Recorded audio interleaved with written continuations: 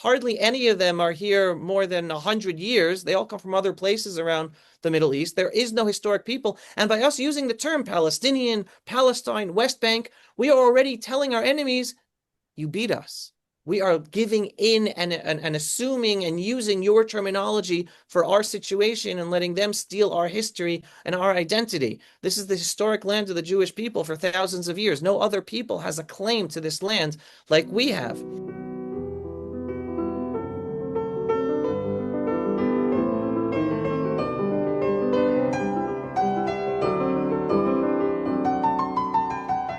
Hi everyone, this is another episode of Golda's Girls. My name is Carla from Walsum. My co-host for today is Rachel Rappaport, and our special guest for today is Avi Abelow. He speaks with us from Israel, from Judea, and we have a bunch of questions and talking points with him, so that will be very interesting. So stay put for that. And Avi has such a love for Israel and the Jewish people. I want you to thank you actually for that you are so inspirational, Avi, in the way you speak, what you do. We met you in person in Rachel's house in Florida for a fundraiser. That's where I met you. And that is so important, people like you. You're such an advocate and you have so the love and energy for that. So I wanted to say that first. In addition to that, you are the host of the Pulse of Israel, right? Almost daily or even daily. I read it a lot. Fantastic. Good information for everybody that wants real good news from local citizens or local people that know what's going on. You also are the CEO of the Tribe or the 12 Tribe films, right? So that's also very interesting and intriguing. And you have another film about Gaza. So I was wondering if you lived in Gaza before or if you didn't, but if there are things that you would like to share, we love to hear it all. So now I give the word to Rachel. So she will have a few questions for you first. So welcome. It is a pleasure to see you again. I think you were at my home about a year ago, something like that. Yeah. Right. And at the time, you gave a very interesting, informative talk. So I'm looking forward to having you answer some more questions that we have and give us a little bit more information that's up to date. But first, I wanted to ask you, what inspired you to move from America to Israel, specifically to Judea? Wow. First of all, thank you so much, Carla and Rochelle, and to all of Golda's girls in your program for having me. I really, really appreciate it. And it's wonderful meeting you in person and being able to continue the relationship here and on your program today. Great question, Rochelle. So, first of all, I was blessed to have made Aliyah, moved to Israel twice, not once, but twice. Once was when my parents made the decision to move to Israel, and I was a teenager. I was 16, turning 17 at the time, together with my younger siblings. That was in 1990, right? The summer of the first Gulf War. And the second time was in 2002 when I was already married, where my wife and I had our firstborn. He was around 1 year old at the time, and after I finished my I was in a special army Torah learning program, a Hesder program here in Israel, and I finished my army service. I served as an infantry soldier in the Golani Brigade, and then I got married, and then we lived in New York for a number of years. And then my wife and I came back to Israel, and that was the second time that I moved to Israel. And basically, both times I wanted to move to Israel. Even as a 16-year-old, I was a crazy, very idealistic Zionist kid. My parents had the opportunity to move us all out to Los Angeles and all other different places because my father was a very, very well sought out and pursued Jewish educator, for a principal of high schools. And I told him at the time, one of the places that really wanted him was Los Angeles. I said, Abba, and again, I was a 16-year-old American Jewish kid. I said, Abba, if you decide to move to Sin City, and I wasn't talking about Las Vegas, I was referring to Los Angeles, I'm moving to Israel on my own. And that basically pushed my parents to understand, all right, we want to go together as a family. We're going to Israel. So even as a 16-year-old, I was very idealistic, understanding of Jewish history and the importance of Israel and the blessing of that we have our own homeland to return to and live there. And also both times I moved to the Judean Hills, to the community of Efrat. In 1990, my parents moved to Efrat, and then when my wife and I returned in 2002, we also chose to live in Efrat in the Judean Hills. Besides the fact that it's beautiful, it's very much like a Switzerland in Israel. Like from our porch, not only do we look upon we look over Bethlehem and we look into Jerusalem, and on a clear day with binoculars, you can see the Temple Mount from our porch. But from our other direction, we see the beautiful Judean hills. It's beautiful. It's a wonderful area. Weather-wise, it's amazing. But the real reason is just the inspiration of living in the place where the biblical stories took place. Like when I have taught my children Torah as they were growing up and going through the Bible stories, they're not just fairy tales, it's not just a storybook. I'm like, this story took place right here below our porch. And this story took place over here, just a 10-minute drive away from where we live. And this story took over there on that hill. It's like the Bible comes to life. Our Jewish national identity as a people, as individuals, was created here in the Judean hills. All of the stories in the Bible took place basically in Judea and Samaria. And it hurts me that so many Jews call it the West Bank, which is a way to disconnect our Jewish identity and our connection to our own ancestral homelands. And they look at it as a political issue, and they don't look at it as their homeland where their identity was created, where when they're trying to teach over to their children to being Jews, that yes, Judea and Samaria is critical, the biblical stories is critical to empower their children to be proud Jews. And that is very much the core reason of why I am proud to live in Judea and Samaria, why I lived to move there, and why it was unbelievable to my wife and I to raise our children here in this area. That is fantastic. Yeah. And you bring me right to the point. What bothers me growing up in the Netherlands, I only heard one kind of news, one way of speaking about it: West Bank, colonists, settlers, aggressive. Israel didn't agree with them. And what are they doing there? It's from the Palestinians.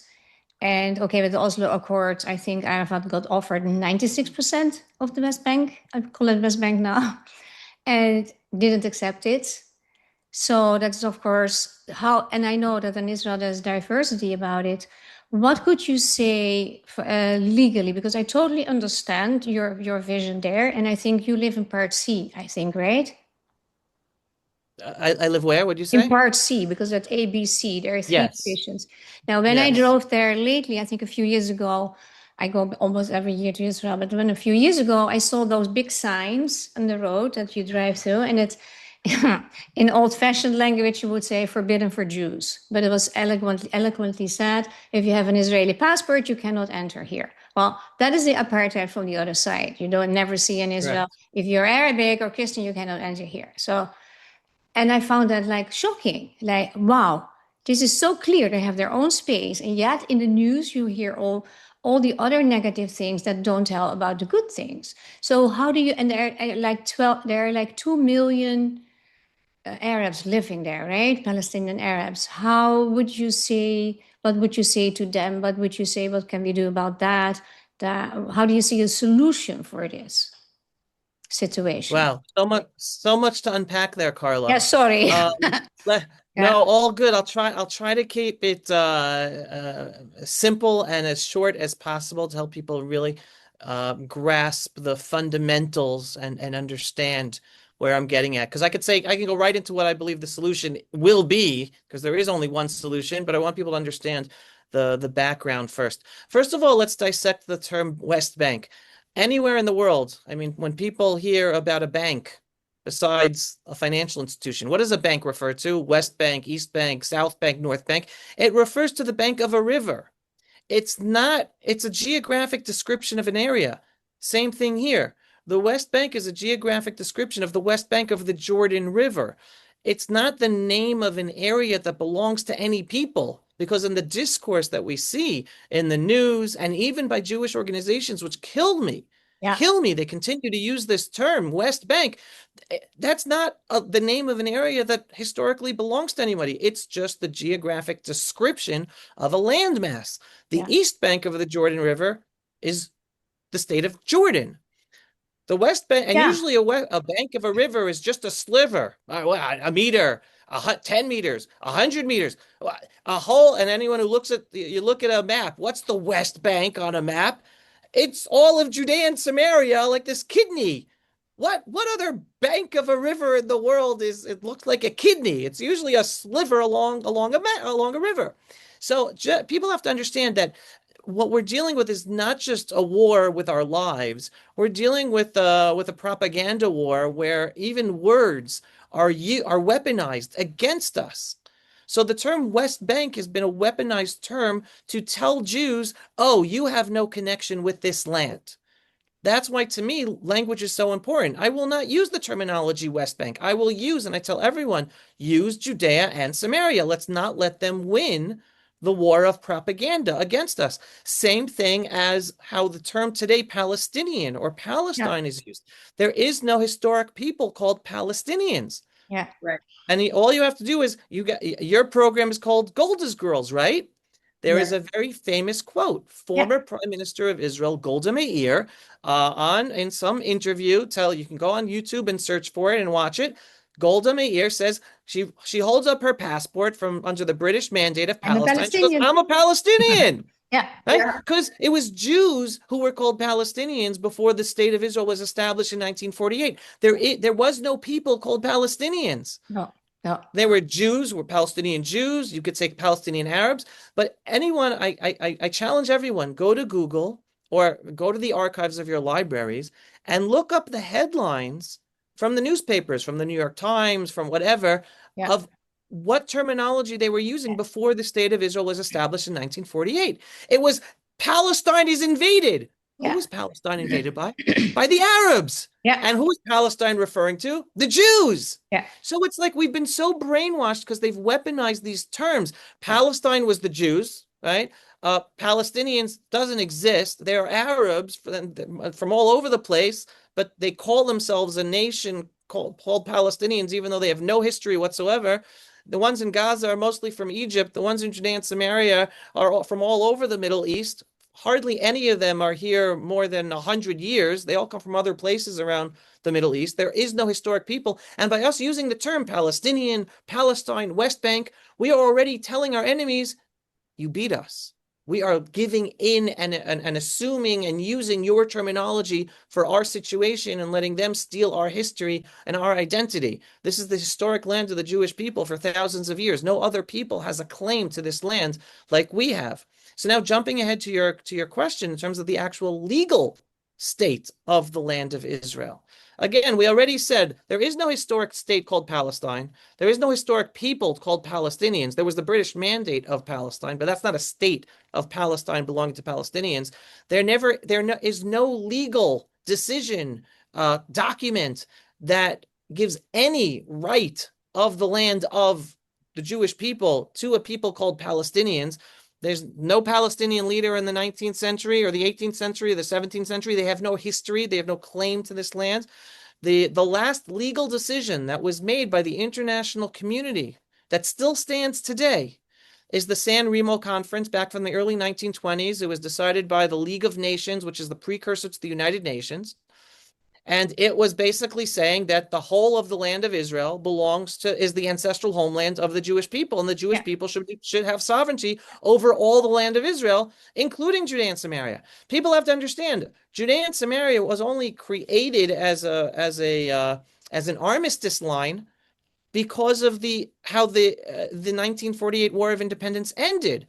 There was no area even termed West Bank before then, and even Judea and Samaria, it wasn't referred to as that specific kidney.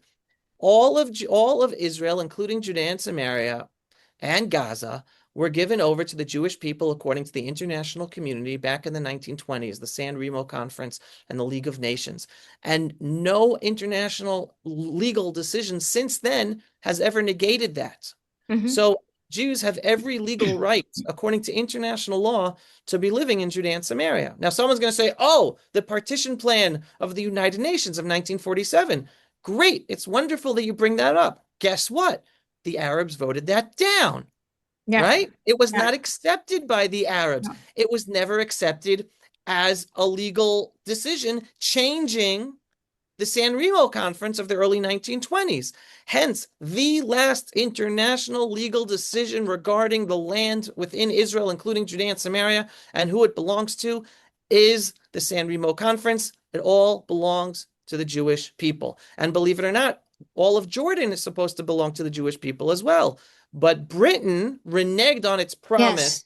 to give it to us. Yeah. And because they didn't really like us. I mean, I'm a big fan of Melanie Phillips. I'm sure you know Yeah, yeah, Melanie yeah. Phillips, the journalist, big fan. She says like the first and last pro-Israel decision made by the British Empire was the Balfour Declaration. But once the Balfour Declaration was made, everything from then on was downhill. They tried to walk it back. They tried to push the British Zionists out of power, and they basically walked back all of the implications and the legal implications of the Balfour Declaration, cutting up all of the land of Israel. The whole British Mandate of Palestine, that includes what's Israel today, Judea and Samaria, and all of what's Jordan, was supposed to be given to the Jewish people. Yeah. And over the years, first they created Jordan. They took away 77% that was 7%. promised to the Jews was taken away from us already by the British Yeah. and given over to the Arabs of Jordan. And Nobody talks about that. nobody So, talks about it. a little bit And I'll give today, you but even more. I'll give you more. The real occupiers here, not the Jews, because you can't be an occupier in your own ancestral homeland that also legally belongs to you. The real occupiers are the Hashemite kingdom of Jordan. yeah. Because the tribe of the Hashemites came from Saudi Arabia. They don't even come from the area of Jordan. But as a gift for assisting the British to overtake and topple the Turks in World War I, Britain said, "Oh, you Hashemite tribe, I'm going to give you Jordan." And basically, they flew in from Saudi Arabia, and now they're a minority tribe that occupies all the Arabs and Bedouin who live in the state of Jordan. They're true occupiers according to the definition of occupation because they don't even come from there. They come from somewhere else. Whereas Israel, the Jews, this is our ancestral homeland.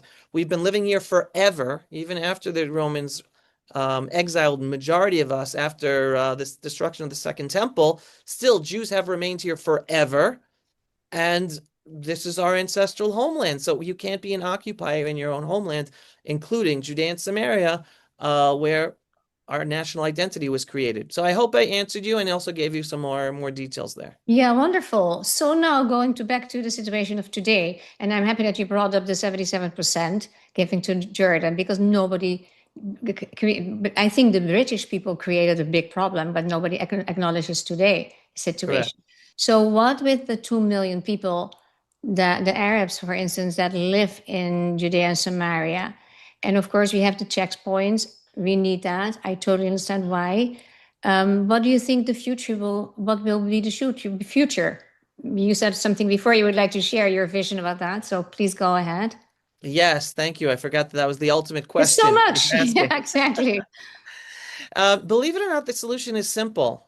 It really is a simple solution and it will be implemented. It's only a matter of time, and I hope sooner than later, because the solution has to be based on reality. Any solution not based on reality, no matter how good it sounds or how good it makes someone feel, will ultimately fail because it doesn't take reality into consideration. And the something that I've understood forever, again, I've been living here in Israel since 1990.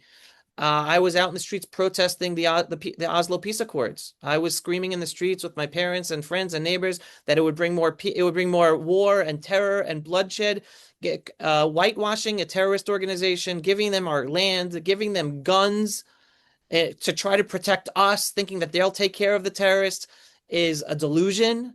So I call the whole two-state solution a two-state delusion. It's not a solution. So back then I was protesting against the peace process in the early 1990s.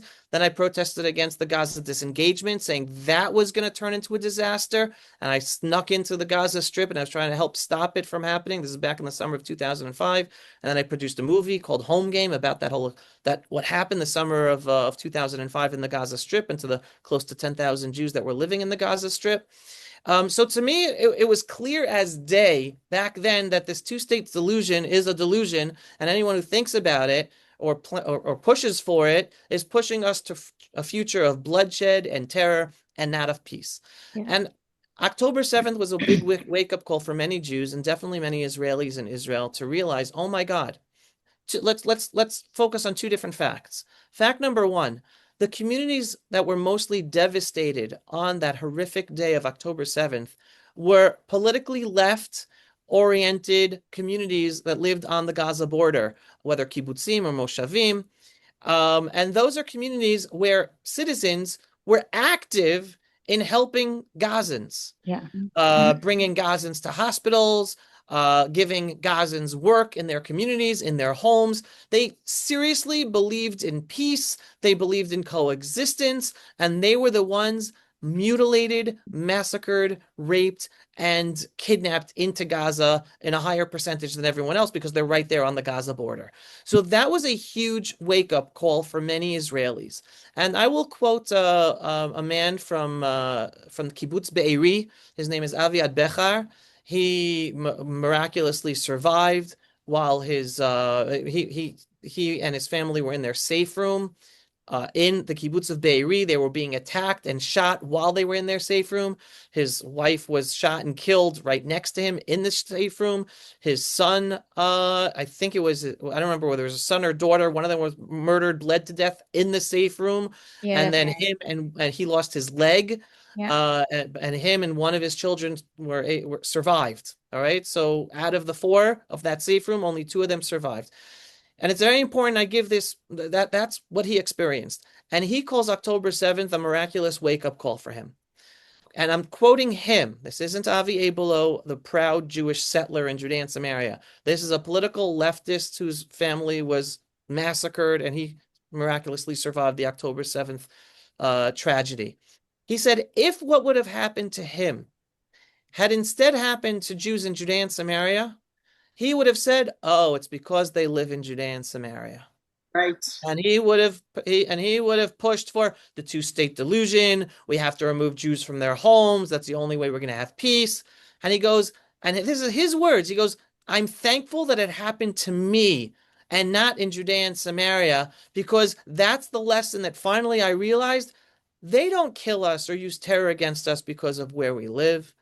They do it because of who we are, because we're Jews, and they don't want us anywhere. And that was the wake-up call for him. And it's important to understand that the Gazan Arabs who attacked on that horrific, tragic day of October 7th, it wasn't just Hamas armed terrorists. It was thousands of civilians, non-combatants, without weapons, who came in. And again, this is Avi Abelow talking, how it wasn't just the terrorists who killed his wife and son. It was also the old men and the children who came in and poured gasoline on their roofs and were burning their houses while they and their neighbors were still in their safe rooms trying to survive.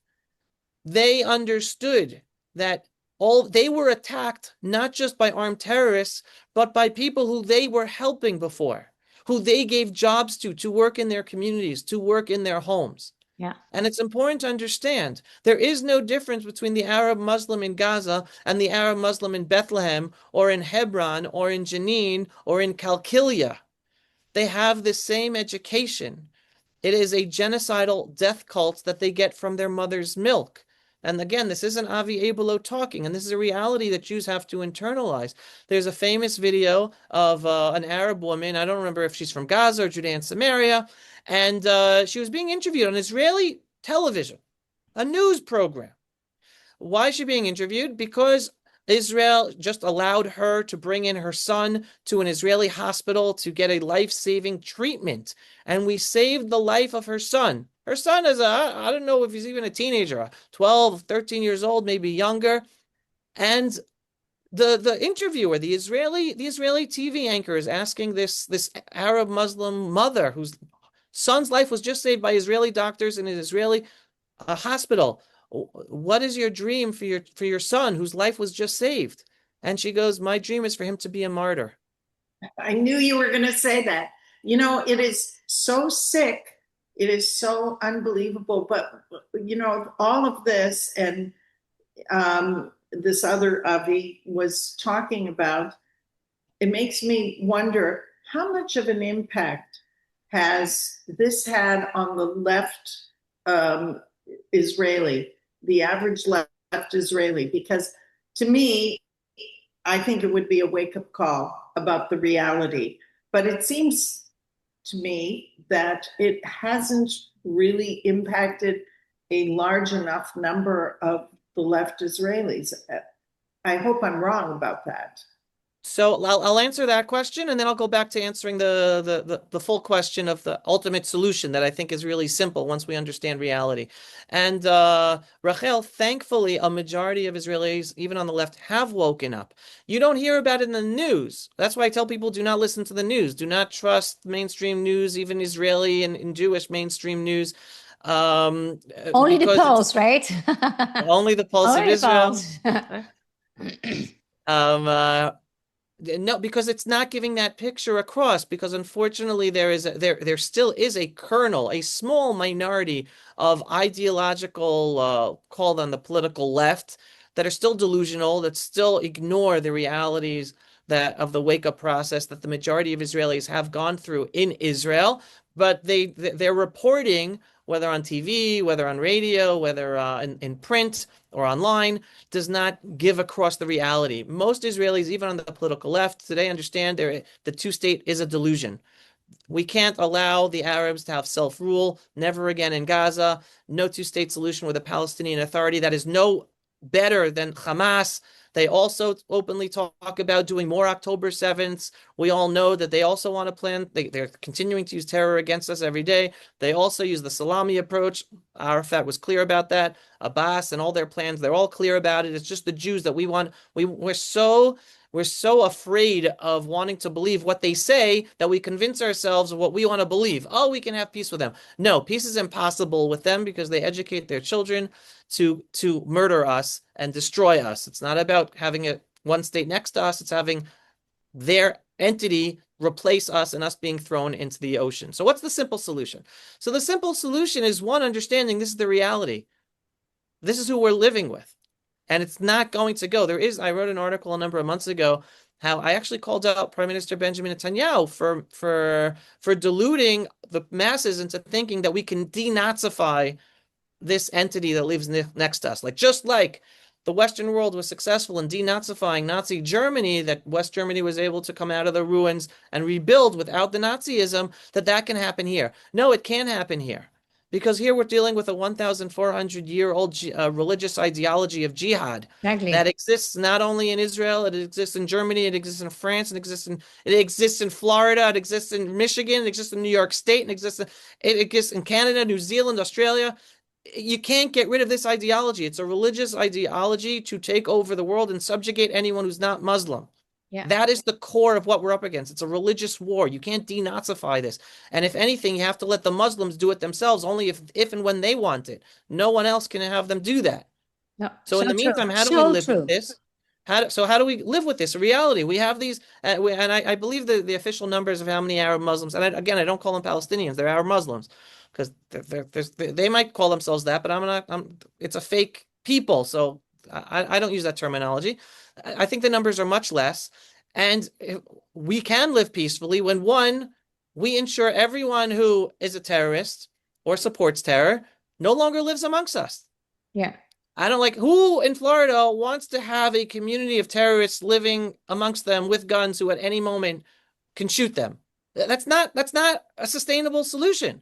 The only sustainable solution is to make sure our enemies know, you use terror against us, you're gone. You're either killed, you're in jail, or you're not living here. And then we give an offer. Okay, now that we took care of everyone who wants to kill us, well, if you understand how blessed you are to live under the Jewish people in the Jewish state of Israel, which really is the only country in the whole Middle East where a Sunni Muslim, a Shiite Muslim, a female Muslim, a gay Muslim, an atheist-born Muslim, Christians, Druze, Baha'is all live with freedom and equality. There's only one country in the Middle East like that. That's the Jewish state of Israel. So if you understand how blessed you are to live under the Jewish state of Israel, where an Arab Muslim can go to the Supreme Court, can become a member of parliament, can run a hospital, can run one of the most prestigious law firms. That's what happens. You have total equality in Israel. So if you understand how blessed you are to live in the Jewish state of Israel, as we say in Arabic, ahlan v'sahlan, stay and live in peace with us. And therefore, but there is no Palestinian state. You're under the Jewish state of Israel. And again, these people are not looking for, people say, okay, what about voting rights? They don't want voting rights. They want to kill us. Let them be under their, whoever remains to wanting to live in peace with us. No Arab country has voting rights. They don't care. It's us Westerners. Oh, we have to think like a Westerner. And so if they live with you, they must have voting rights. First of all, they've had voting rights since the Oslo Accords in 1993 for the Palestinian Authority, and the world still screams at us that they don't have voting rights. They do. They could vote for the They Palestinian voted Authority. Guess Hamas. what? Great. Yeah. Right, the Palestinian Authority has not allowed elections all these years. So don't scream at us. Scream at the Palestinian Authority. So, like, the hypocrisy of the world, like, screams to the high heavens. No one cares about the truth. And it's only us Jews that we have such a low self-esteem that we can't even accept reality and argue for ourselves of how we have to move forward so that the Jewish state of Israel is protected and all Israelis, including Jews, Christian, Arabs, are able to live without any fear of terror whatsoever. And that means we're in total in charge. We remain in charge of Gaza, Judea and Samaria, total Israeli sovereignty over all those areas, and any Arab Muslim who wants to live peacefully with us can remain to live in peaceful, and then whatever area they're given control, municipal control of themselves, but they don't have national voting rights for Israel. They lost that opportunity because they continue trying to kill us, and it's pretty clear that if they're given the chance, they will rise up again. So again, to me, the solution is simple, and it's about our leaders, and not just the Israeli political leaders, but Jewish organizational leaders and rabbinic leaders and educators to start speaking these truths to our children so they're better. One, they could be a pressure to our leaders, and two, they could be better prepared to be able to stand up for themselves and our rights as a Jewish people in our ancestral homeland, and for pushing for the right, just, and only moral solution moving forward, wherever they are, in their schools, their campuses, on the streets, with their friends and families. But we're being denied the truth about our situation because we're just so afraid to say what should be said. Jews are from Judea. This is our ancestral homeland. You want to kill us. You don't belong here. That's the simple truth. Goodbye. It is so devastating because the propaganda of the other club, so to say, has been working so fantastically. So many regular thinking people, averagely thinking people have the wrong impression, the wrong ideas. There is so much misinformation, hatred. It's just unbelievable. Like what you referred to before about Nazism, right? I say always, like, indeed, Germany got their act together at the end. They tried to people, they tried to make it up, and it was over. And this is not going over at all. And people just, it's so unbelievable how it is. I find it very difficult. It gives me not so much hope. And I'm very happy with people that, like you, who advocate this so well.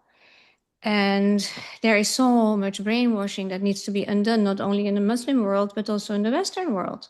I notice it in my Dutch friends, that are not Jewish, that, some of them I don't speak to. And I don't answer the messages in a certain way. It's just so difficult, so hard. It's so hard.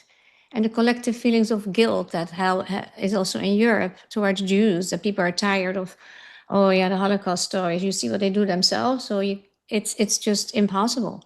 How do you stay sane? I made one word of two words. How do you stay sane with this situation for yourself?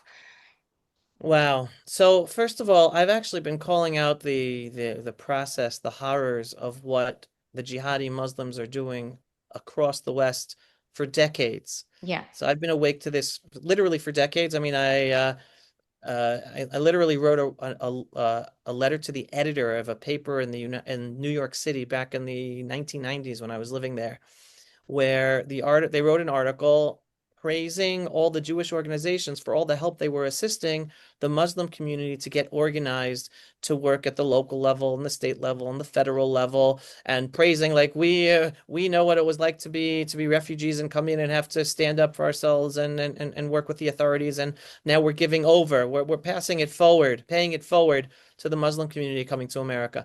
And I wrote a letter to the editor, basically screaming, like, from pain.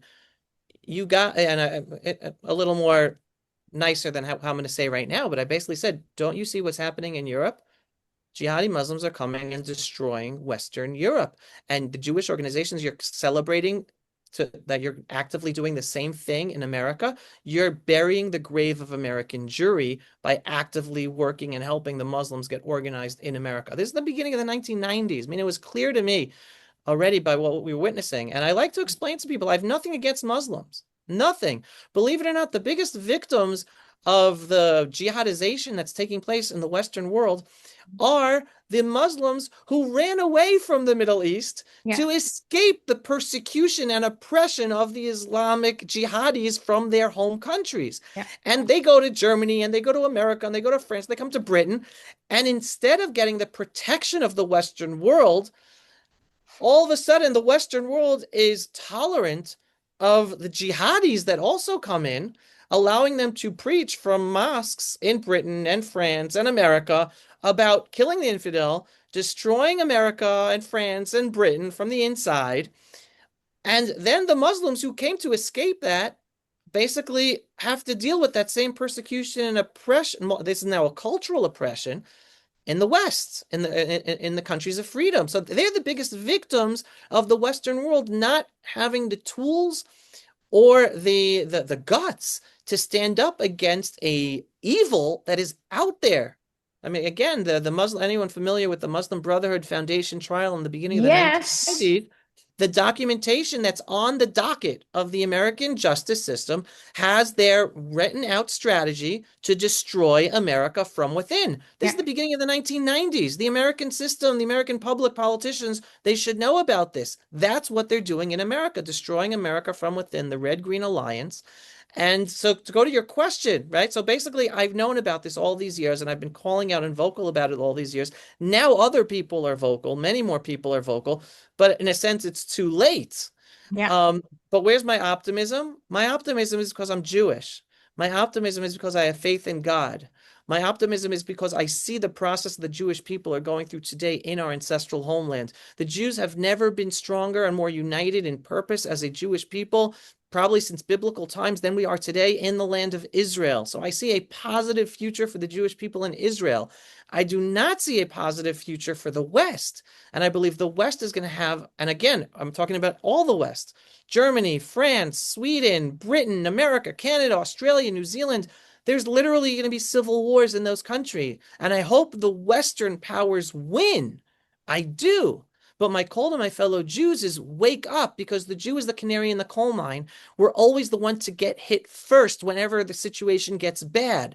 So even if you want your host country to win, and we do want those countries to win, understand it's going to get really, really bad for the Jews. And this is not a pipe dream, and I hope I'm wrong, but I think history is clear.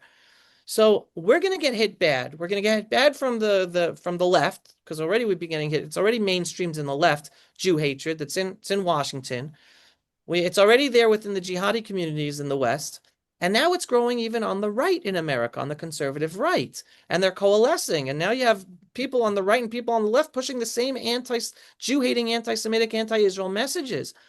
And I'm optimistic is because Jews can come home to Israel, where we still have our challenges, but at least we're at home. And here we're awake to the situation, and we're unified in purpose to standing up to the situation, even though we still have challenges. So our future is bright here in Israel, even though we're still in the midst of a 2-year war that we've paid a huge price. But that's where my optimism lies. I'm a student of history. And as a student of history, I know God looks after us. I know we survive. I know we're supposed to be back here. I know we're supposed to build the third temple. And I think it's our generation or our children's generation that's going to witness the building of the third temple. And I think that's what the world needs, because we are a source of morality. We're supposed to be a voice of morality in the world. That's why we were created, and we're supposed to be that voice of morality here in our ancestral homeland. So I'm totally bullish and optimistic about the future of the Jewish people here in Israel. I'm less optimistic about the West. I hope it survives, but it's going to be a struggle, and it's probably going to be a very painful struggle. And in the meantime, Jews can come and join us here. So that's where my optimism lies. And it's really, and like you follow my Pulse of Israel programming, I'm always trying to give over the spiritual message of each and every person working on their own personal strengthening of their faith in God above. It's something that's not easy for all of us. We're in a very Western rational world. Where does God fit into my life? And everyone has questions about God. But I like to tell everyone, I mean, seriously, if you really go deep down, there's two big proofs for God's existence. Number one is that we exist as a Jewish people. We shouldn't exist. Every generation, we have enemies much larger than us who try to destroy us. And despite that, we've survived, and all those enemies have disappeared and been written out. They're only in the history books. It makes no rational reason. There's no rational reasoning for that unless you understand, wait a second, God promised us that we're going to be forever and he's going to look after us. That doesn't mean bad things aren't going to happen to us, but it does mean we're still going to survive and move to another day in order to fulfill our mission as a people. So that's miracle number one. Miracle number two is that this Jewish state of Israel exists. We're surrounded by billions of people who want to destroy us and kill us. They have more oil than us, more money than us, more weapons than us, more planes than us, more tanks than us. And we're 77 years of existence. Every single second that the Jewish state of Israel exists is a miracle. And it's only because of God above. Like every single war, there are so many stories of miracles. It's not just because we're a strong army. We have to be strong, we have to be trained, but one should not ignore the miracles that go along with our military successes. And I think this war right now, there have been so many, and this direct conflict with Iran, so many miracles just in those 12 days that it's so hard to deny it. And that's our real power as a people, our spiritual connection to God and our unity as a Jewish people, a people with purpose. So that's where my optimism comes from. Amen to that. Very encouraging to hear. Yeah. And I agree with you. One of the things I find interesting is you're talking about the West. Well, for example, Ireland, very anti-Semitic country, anti-Israel. But I think that now they're getting a little paranoid, to say the least, because they have so many Muslims that have infiltrated their country, and their economy is suffering. People are dealing with violence, and it's a real problem there. And so now they're opening their eyes, but the cat's out of the bag. It's kind of late. So now they're freaking out. Now they're freaking out. The same thing is happening in the UK. And it's so amazing because many years ago, I can't remember the name of the Muslim cleric, maybe. I think Chudri or something, maybe. I don't remember his name. Yes, yes, Tudri, yes. Yeah, he was in Britain. Yes. And he talked, this was many years ago. I remember he was talking about, the Muslims want to create an Islamic caliphate. And he in Britain. saying it. Caliphate, right, in Britain. But meaning he wanted it for Britain. Nobody was listening. Yeah, He was talking about it. That was the plan. I believed it. I believed that he meant what he was saying. And, just the mere number of children that they produce, like 5 to 1 or something. I don't know what the exact number, the ratio is, but they have so many children, and they're all educated to, they're all indoctrinated to hate us and to kill us. So it's not a good thing. But one thing I was thinking about was, you recently wrote something, an article about the Israeli Supreme Court and its plan to deliberate on a number of petitions defending the rights of Hamas terrorists in Israeli prisons. When I read that, I was shocked and horrified. So can you please share with us a little bit about that story and what ended up happening with that Supreme Court decision or plan? Sure. And I'll first touch upon what you started saying about Ireland. The problem for all these Western countries, Ireland, Sweden, France, Germany, and as you said yourself, Rochelle, they've woken up too late because the Muslims know how to take advantage of the democratic system. You don't need a majority to take over a democracy.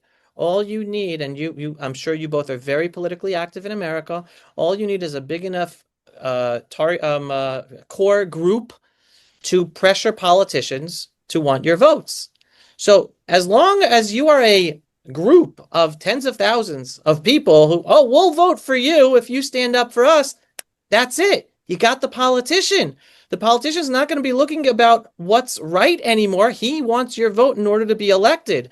And that is the Achilles heel, one of the Achilles heels of all of these democratic countries, because as so long as they are a voting bloc, they don't even have to be the majority. They're already changing the cultures and the countries and the cities that they're in. That's why I think the end game in any of these countries to save themselves is literally going to be armed conflict or civil wars, because the democratic systems do not have the checks and balances to stop an infiltration from within that's following the democratic rules. That And is it's a so very true. scary thought, but I just don't see otherwise. That's the only way the Westerners are going to be able to stop the Muslim takeover of their cities and countries.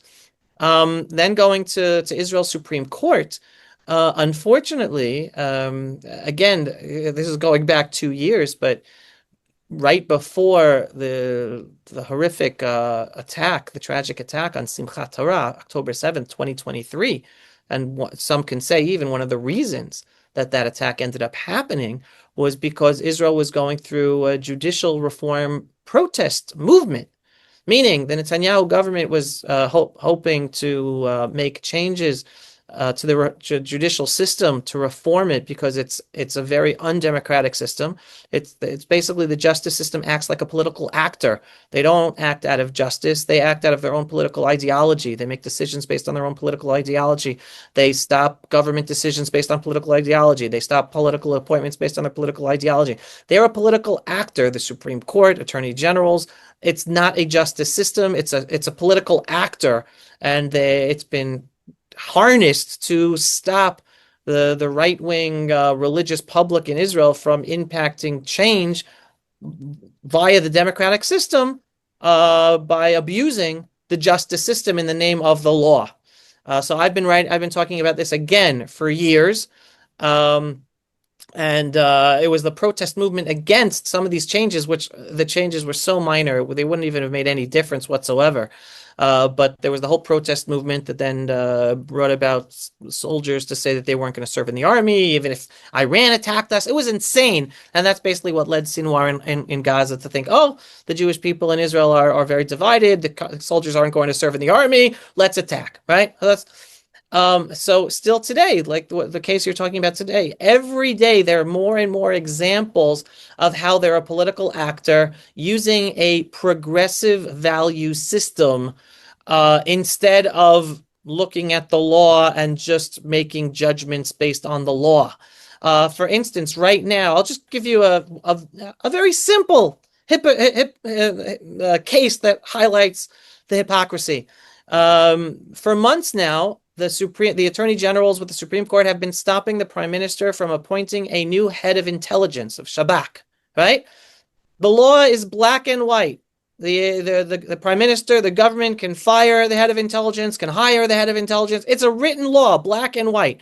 Yet somehow the attorney general keeps on coming up with reasons of why the prime minister can't do that. And the Supreme Court has basically backed the attorney general and forbidding the prime minister from appointing a new head of Shabak, head of intelligence. Yeah.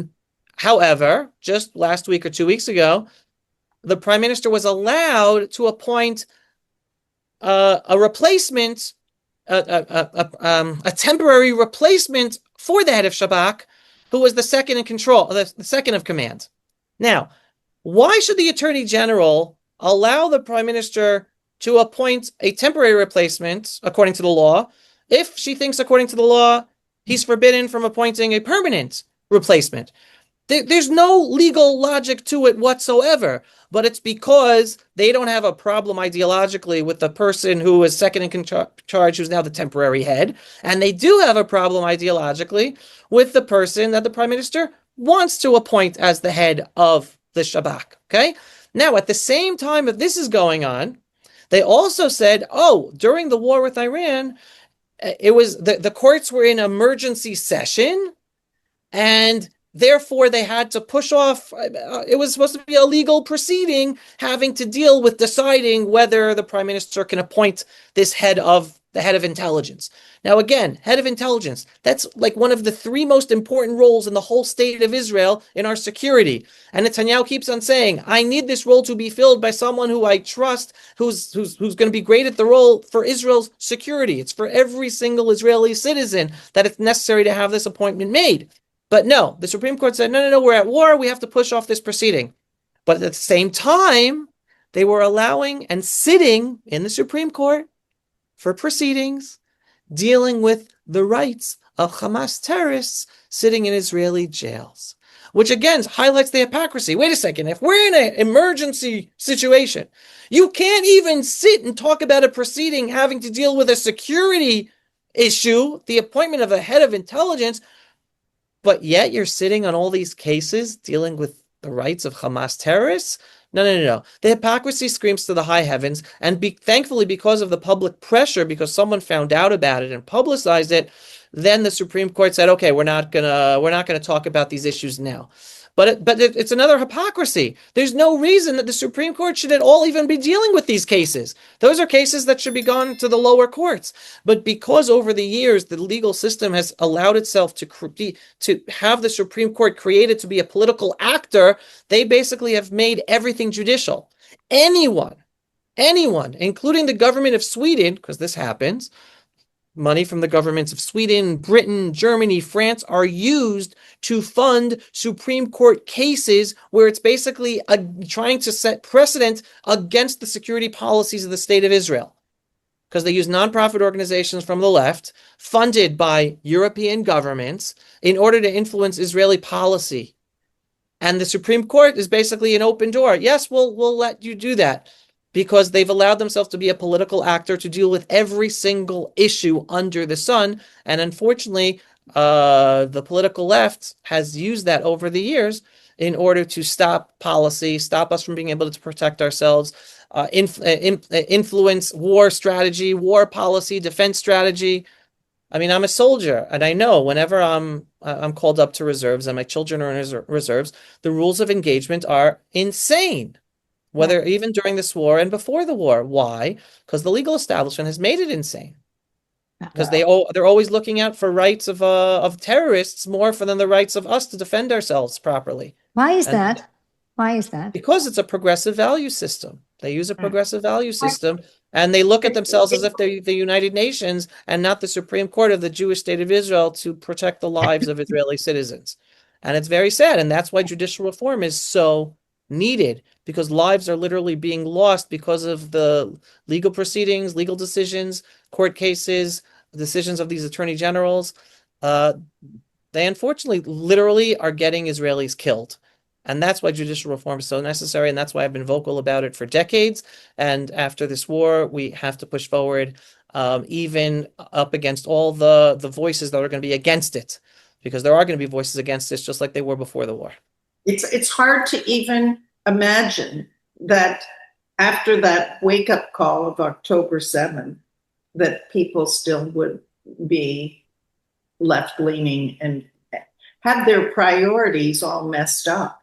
I mean, really, it doesn't make any logical sense at all. You could still be leftist and think, well, exactly like how you unfolded the plan, Avi, with how you can deal with it, like in one big Jewish country, and behave, you can stay, and don't behave, goodbye. You can still have left values. That's not a problem. It is terrible that it becomes always so like this, like in America too, right? And yeah, listening to you, Avi, we left in 2004 in the Netherlands for these reasons, and people didn't understand it and found it weird, etc. And I can't wait to move to Israel, honestly. But my kids are here, so we have to see what the future will bring.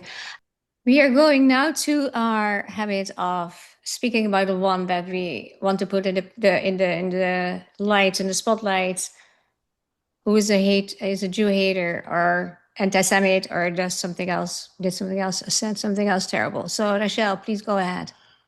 Okay, so I picked the duo of Chuck Schumer and Hakeem Jeffries. because they congratulated, I think his name Zohar, something Not Zoran. so hard. So that is Not Hebrew. Zohar, not Zohar, sorry. Not Zohar, definitely not.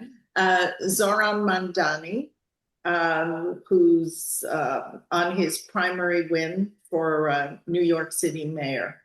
And Chuck Schumer specifically, because I think he's a self-hating Jew and he puts power and profit above everything and above his Jewishness. Okay. There you go, Avi. My Jew hater anti-Semite of the week, yes, is also Zoran Mamdani, whatever his name is, because he represents the real and present danger for America and for American Jews specifically of what's coming down the pipe. If people think that the horrible things they see and hear about taking place in Germany and France and England now has, oh, there are like 20, 30 major cities with Muslim mayors changing 50. Britain, 50, changing Britain city by city, making it less safe, less Western, not just for the Jews, but for also the non-Jews there. If they think that's not coming to America, it is. And this Mamdani guy, whether he gets elected or not, he is the face of the future for America because the jihadi Muslims are clear. They are out to take over the West as part of their jihad, where anyone who's non-Muslim won't have the equality and freedom that they've lived with up until now. So I'm looking at the positive thing that he's getting the spotlight now, where I hope people wake up and realize what's going on in Western Europe is coming to America. Wake up. It is already there, yeah. So we are very much in unity today because my group in this case is the 20 to 25% of the Jews in New York who voted for Mamdani. And I think that is such a nauseous situation. What made them, are they ignorant? Did they not know how he is speaking? Now he's very political. Now we get the nice language, right? But if you see what he did before, every person to me that says from the river to the sea is for the expulsion and the extinction of the Jews, period. And he did that. And 20 to 25% of those Jews. So I don't like to generalize, but it's a very sad picture. Very sad to me. And it makes such a bad example too, because other people say, you choose, you vote for that too. So you see, it gets so difficult. It's all these angles. Okay, time for something positive. Rachel. Okay, so I picked the ambassador to Israel, Mike Huckabee, because he's such a staunch supporter of Israel and he's just a wonderful person. So he's my hero. Wonderful. Avi. My hero of the week actually is a friend of mine, but he represents around 150,000 Jews, Israelis, who, even though Israel was being bombarded day and night by ballistic missiles that literally endangered our lives, and you didn't know if and when a missile would hit or where, these Jews, and I'm using my friend Avi Abelow as the representative, were stuck other places around the world, and they were trying as hard as possible to return to Israel in the middle of the war, running into the fire. I think this shows more than anything else the vibrancy, the resilience, the unbelievableness of the Jewish people and the Jewish state of Israel today, who even when our lives are in danger, they want to run and return home and be here, not just because their wife or children are here, or because they want to serve and go to the army and do what's necessary, but because they want to be home even when it's raining and snowing, rockets of fire that their lives could be endangered. We are living in such an unbelievable generation, the Jewish people and the Jewish state of Israel today, and he's my hero of the week, Avi Abelow, representing all those 150,000 Jews. Fantastic. Yeah, that's so important. Okay. My hero of the week is Fleur Hassan Nahum. And she spoke out about what we just referred to before in New York. And she had a very beautiful speech. And I love the work she does with the flood. She's actually really kind of our example. That's why I got inspired to do this. And yeah, fantastic people like her. Well, thank you so very much. It was awesome to be with you, Avi. Thank you for all your wisdom and information. Shavua Tov, and may only good happen in the future. Well, thank you. Thank you so much, Carla, and for Rochelle for having me. And again, anyone who wants to hear me on a daily basis, just go to pulseofisrael.com and click to subscribe and contact me and let me know you heard me on Gold is Girls. Yeah, absolutely. And Fantastic. also below in the description, all the links come. So we will put all the links in there. We have a small request, and you probably know what it is about. But we have this very interesting situation that 91% of our returning viewers do not subscribe, but they are returning. So they must like it. And that would be great if that is you, if you will be so kind to subscribe, eventually leave a like if you like the video, or even leave a comment, that's even nicer, or have a request. That would be great to hear from you. But please support our work by subscribing. Thank you so very much. That would be such a favor to us.